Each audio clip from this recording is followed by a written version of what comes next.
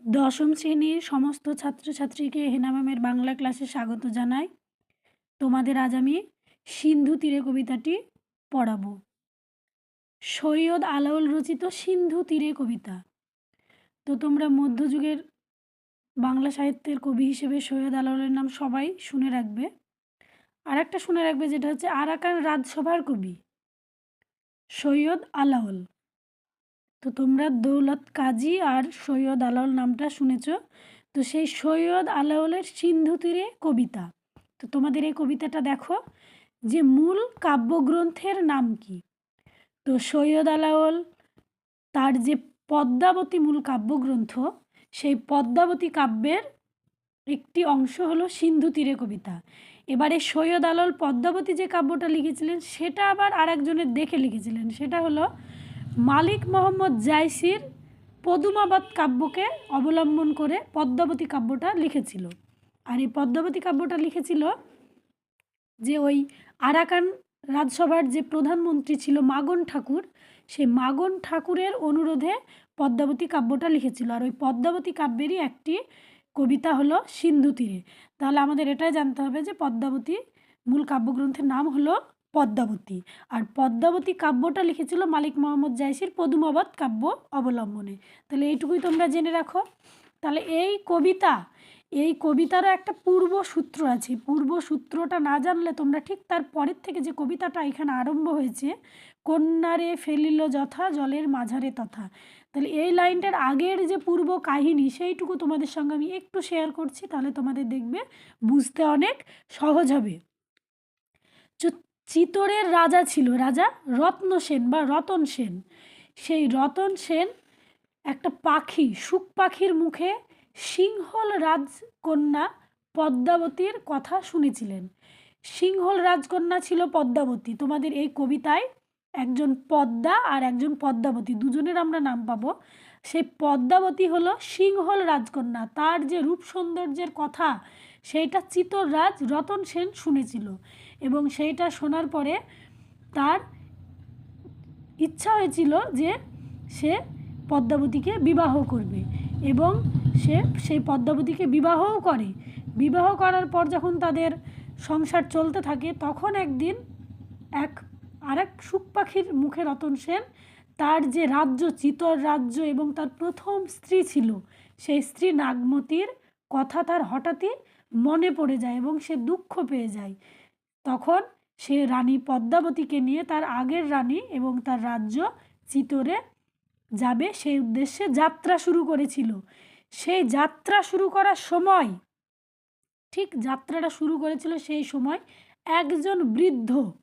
একজন ছদ্মবেশী বৃদ্ধ সে রাজার কাছে এসে তার সমস্ত সম্পত্তির বা সমস্ত সম্পদের একটা অংশ সে চেয়েছিল। মানে 4 ভাগ করে সে 1 ভাগ চেয়েছিল, কিন্তু রাজা রতন সেন সেটা দিতে রাজি হয়েছিল না।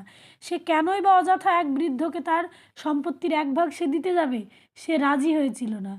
এবং এই রাজি না হওয়াতেই এই বৃদ্ধটা অ্যাকচুয়ালি কে ছিল জানো? সমুদ্র ছিল। এই বৃদ্ধটা ছিল সমুদ্র। সে রাজার সে আচরণ তার পছন্দ না হয়ে তাকে অভিশাপ দিয়েছিল, এবং সেই অভিশাপ বশতই যখন তারা যাত্রা করছিল, যে ওই নাগমতী আর ওই চিতোর রাজ্যের উদ্দেশ্যে যখন রাজা রতন সেন পদ্মাবতীকে নিয়ে যাত্রা শুরু করেছিল, তখন ওই সমুদ্র হঠাৎ ঝড় তুফান তুলে দেয়। তাহলে কি হয়? ঝড় তুফান তুলে দিলে তাদের মান্দাস ভেসে যায়, মান্দাস দুভাগে ভাগ হয়ে যায়। মানে যেটাই তারা ভেলায় ভেসে যাচ্ছিল সেটাকে মান্দাস বলছে। সেটা ভেসে 2 ভাগে ভাগ হয়ে যায় এবং পদ্মাবতী অন্যদিকে চলে যায়, রাজা রতন সেন অন্যদিকে চলে যায়, পদ্মাবতীর সাথে 4 সখী থাকে।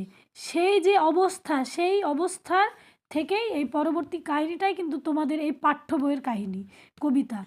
ওই যে মান্দাস ভাগ হয়ে গেল, ওরা পড়ে গেল, সেইখান থেকে এবার দেখো কবিতা। কন্যারে ফেলিল যথা জলের মাঝারে তথা দিব্যপুরী সমুদ্র মাঝার। কন্যারে ফেলিল যথা, কন্যা মানে এখানে দেখো মেয়েটাকে যেখানে ফেললো সেটা কি হলো? জলের একদম মাঝ সমুদ্র, সিন্ধু তীরে। এই যে নামটাতেই তো তোমরা বুঝতে পারছো, সিন্ধু মানে সমুদ্র বা সাগর। তাহলে এই সিন্ধু তীরে মানে সিন্ধু নামক একটা নদী, সেই নদীর পাড়। তো বলছে কন্যাকে ফেলে দিল। কোথায় ফেললো? যেখানে মানে দিব্যপুরী সমুদ্র মাঝার। দিব্যপুরী, দিব্য মানে সুন্দর বা মনোহর দৃশ্য যেরকম হয় সেরকম, মাঝার মানে মধ্যস্থানে, সেখানে ফেলে দিল। অতি মনোহর দেশ, নাহি তথা দুঃখ ক্লেশ, সত্য ধর্ম সদা সদাচার। বলছি অতি মনোহর দেশ। মনোহর দেশ মানে কি বলো দেখি? অতি সুন্দর, সুন্দর দেশ। সেখানে নাহি মানে নেই, নেই অর্থে। ক্লেশ মানে দুঃখ বা যন্ত্রণা, সেখানে কোনো দুঃখ বা যন্ত্রণা নেই। সত্য ধর্ম সদাচার, সদাচার মানে সবসময় সদাচার মানে তোমার সাধু আচরণ হওয়া, বা আর এই সদা মানে হলো সব সময়, তাহলে সেখানে কিন্তু সব সময় সদাচার সত্য। সমুদ্র নৃপতি সুতা, পদ্মা নামে গুঞ্জুতা, সিন্ধু তীরে দেখি দিব্য স্থান। এই কন্যাকে যেখানে ফেলেছিল, এই কন্যা ছিল পদ্মাবতী, আর যেখানে ফেলেছে সেইখানে একজন সমুদ্র নৃপতি সুতা মানে ওই যে যে সমুদ্র ঝড় তুফান তুলেছিল তারই সুতা, সুতা মানে কন্যা। সেই কন্যাটার নাম কি? পদ্মা নামে গুঞ্জুতা, পদ্মা নামে গুঞ্জুতা। এই পদ্মা হলো সমুদ্র রাজার কন্যা। সে গুঞ্জুতা মানে সে খুব গুণী মেয়ে ছিল, হ্যাঁ তাই বলছে গুঞ্জুতা। সিন্ধু তীরে দেখি দিব্যস্থান, সেই দিব্যস্থান মানে সেই সুন্দর দেশে, উৎকৃষ্ট মনোহর দেশে সেই দেখা যাচ্ছে। উপরে পর্বত এক, ফল ফুলে অতিরেক, তার পাশে রচিল উদ্যান। এইখানে বলছে অতিরেক, অতিরেক মানে কি বলো দেখি? অতিরিক্ত বা বেশি বলো না, প্রাচুর্যতা বেশি, হ্যাঁ সেইখানে কি? উদ্যান মানে বাগান। তাহলে সেখানে একটা কি রচনা করলো? সেখানে একটা বাগান, হ্যাঁ বাগান রচনা করলো। নানা পুষ্প মনোহর, পুষ্প মানে ফুল, তাহলে নানা পুষ্প মনোহর, সুগন্ধি সৌরভতর, সুগন্ধি সৌরভতর, তাহলে সেই সে সুন্দর ফুলগুলোর সুন্দর গন্ধ, সৌরভ মানে সুগন্ধযুক্ত। নানা ফল বৃক্ষ সুলক্ষণ, সুলক্ষণ মানে সুলক্ষণা বলি না যে খুব লক্ষণ, ভালো ভালো লক্ষণ, অর্থাৎ ওই ঔষধি গুণান্বিত, মানে যে বৃক্ষগুলো আছে সেগুলো খুব গুণযুক্ত। তাহাতে বিচিত্র টঙ্গী, হেমরত্নে নানা রঙ্গী, তথা কন্যা থাকে সর্বক্ষণ। বলছে তাহাতে বিচিত্র টঙ্গী, তাতে বিচিত্র মানে কি? বিভিন্ন ধরনের, বিচিত্র মানে মানে বিচিত্র, বিচিত্র রূপ, আর টঙ্গী, বিচিত্র টঙ্গী মানে এই তোমাদের এই পাঠ্যাংশে টঙ্গী মানে হলো প্রাসাদ। আর হেমরত্ন, হেম মানে সোনা, নানা রঙ্গী, এই রঙ্গী মানে রঙের, নানা রঙের, তথা কন্যা থাকে সর্বক্ষণ মানে এই যে ভালো জায়গা, খুব সুন্দর জায়গা, এই সুন্দর জায়গায় সেই কন্যা থাকে। কোন কন্যা? এই পদ্মা, সমুদ্র কন্যা থাকে। তাহলে আমরা এই পৃষ্ঠাটায় কি পেলাম? যে ওই পদ্মাবতী কন্যাকে যেখানে ফেললো সেই সমুদ্রের মাঝটা ছিল একদম সুন্দর একটি দ্বীপ, সেটা হলো সমুদ্র কন্যা যে পদ্মা, তার আবাসস্থল বা সেখানে তার থাকার জায়গা। আর সেই দেশটা কি ছিল? অতি মনোহর দেশ ছিল। সেই দেশটাতে কোনো দুঃখ ছিল না, কষ্ট ছিল না, সব সময় সত্য সদাচার ছিল, সেখানে খুব সুন্দর ছিল। আর সেখানে সে কে থাকতো? সেই সমুদ্রকন্যা পদ্মা থাকতো। অ্যাকচুয়ালি কে জানো এই পদ্মা? দেবী লক্ষ্মী থাকতো সেখানে। আর সেই দেশটা ছিল খুব উৎকৃষ্ট। তাহলে তোমরা এইটুকুর মানে জেনে নিলে। এবার দেখো পরের পৃষ্ঠায় দেখো। পিতৃপুরে ছিল নিশি, নানা সুখে খেলি হাসি, যদি হইল সময় প্রত্যুষ। পিতৃপুর মানে কি? বাবার, বাবার বাড়ি, হ্যাঁ। ছিল নিশি, নিশি মানে নিশা মানে রাত্রি, তোমরা জানো। আর নানা সুখে খেলি হাসি, সে সেখানে খুব নানা সুখে হেসে খেলে বেড়াতো। যদি হইল সময় প্রত্যুষ, হইল মানে এখানে হলো, প্রত্যুষ মানে কি? ভোরবেলা বা সূর্যোদয়ের সময় বা প্রভাতবেলা। বলছে রাত্রিবেলায় সে বাবার বাড়ি বা পিতৃপুরে সে খুব নানা সুখে হেসে খেলে বেড়াচ্ছিল। এবার কি হলো? যখন সময় প্রত্যুষ হলো, সখীগণ করি সঙ্গে আসিতে উদ্যানে রঙ্গে, সিন্ধু তীরে রইছে মাঞ্জস। তাহলে এখানে কি বলছে বলো দেখি? মাঞ্জস, এবার সখীগণ করি সঙ্গে আসিতে উদ্যানে রঙ্গে, এবার সখীদের সঙ্গে যখন সে উদ্যানে আসলো তখন কি দেখলো সিন্ধু তীরে একটা মানজস রয়েছে। মানজস মানে ওই যে বললাম যেটা ভেলা, মান্দাস, সেই ভেলাটা সিন্ধু তীরে রয়েছে। মনেতে কৌতুকবাসী তুরিত গমনে আসি, দেখে চারি সখী চারি ভিত। বলছে যে মনেতে কৌতুকবাসী, মনে কৌতুক হলো বা আমোদ হলো বা মজা হলো, আর তুরিত গমনে আসি, তুরিত মানে তাড়াতাড়ি বা তড়া করা বা খুব তাড়াতাড়ি বা দ্রুত আসা, আর গমনে মানে চলা, মানে চলাফেরাকে গমন বলা হয়। হ্যাঁ, দেখে চারি সখী চারি ভিত, চারি মানে চারজন, সখী মানে তার সহচারী, আর এই চারি ভিত মানে চারিদিকে। তাহলে সেখানে তাড়াতাড়ি এসে দেখে চারটে সখী চারদিকে পড়ে আছে। মধ্যেতে যে কন্যাখানি রূপে অতি রম্ভাজিনী, নিপাতিতা চেতন রহিত। এবার বলছে মাঝে যে কন্যাটা পড়েছিল সেই কন্যা কি ছিল? রম্ভাজিনী। তোমরা রম্ভা নামের একটা অপ্সরার কথা শুনেছ, স্বর্গের অপ্সরা। সে ছিল কি বলো, নৃত্য গীতে খুব পারদর্শী ছিল, তার সৌন্দর্য দেখে মানুষ পাগল হয়ে যেত। সেই যে রম্ভার সৌন্দর্য, সেই রকম সৌন্দর্য নিয়ে একটা কন্যা মাঝে পড়ে আছে। নিপাতিতা চেতন রহিত, নিপাতিতা মানে নিচে পড়ে আছে, আর চেতন মানে তার জ্ঞান নেই। হ্যাঁ, দেখিয়া রূপের কলা বিস্মিত হইল বালা, অনুমান করে নিশ্চিতে। বলছে দেখিয়া রূপের কলা, সেই রূপ দেখে বিস্মিত হয়ে গেল, আশ্চর্য হয়ে গেল। কে হলো? বালা মানে মেয়ে। কোন মেয়ে? ওই যে পদ্মা। পদ্মা কার রূপ দেখে আশ্চর্য হলো? পদ্মাবতী রানী, সিংহল রাজার রানী পদ্মাবতীর রূপ দেখে সে বিস্মিত হয়ে গেল। অনুমান করে নিশ্চিতে, চিতে মানে মনে বা তার হৃদয়, সে অনুমান করতে পারছে যে কি ব্যাপার। ইন্দ্র সাপে বিদ্যা ধরি কিংবা স্বর্গ ভ্রষ্ট করি, অচৈতন্য পড়িছে ভূমিতে। ইন্দ্র সাপ, ইন্দ্র মানে একজন দেবতা, দেবরাজ ইন্দ্র। সেই ইন্দ্রের সাপে স্বর্গ ভ্রষ্ট হয়েছে নিশ্চয়ই, মানে যে পড়ে আছে এত সুন্দর, সে তো স্বর্গের বাসিন্দা হবে। হ্যাঁ, সে তো কোনো অপ্সরা হবে, সে নিশ্চয়ই স্বর্গভ্রষ্ট হয়েছে বা স্বর্গ থেকে বিচ্যুত করেছে তাকে, তাই সে অচৈতন্য হয়ে মাটিতে পড়ে আছে, পৃথিবীর ভূমিতে পড়ে আছে সে। বেকত দেখিয়া আখি তেন বসন সাক্ষী, বেথানিত হয়েছে কেশবেশ।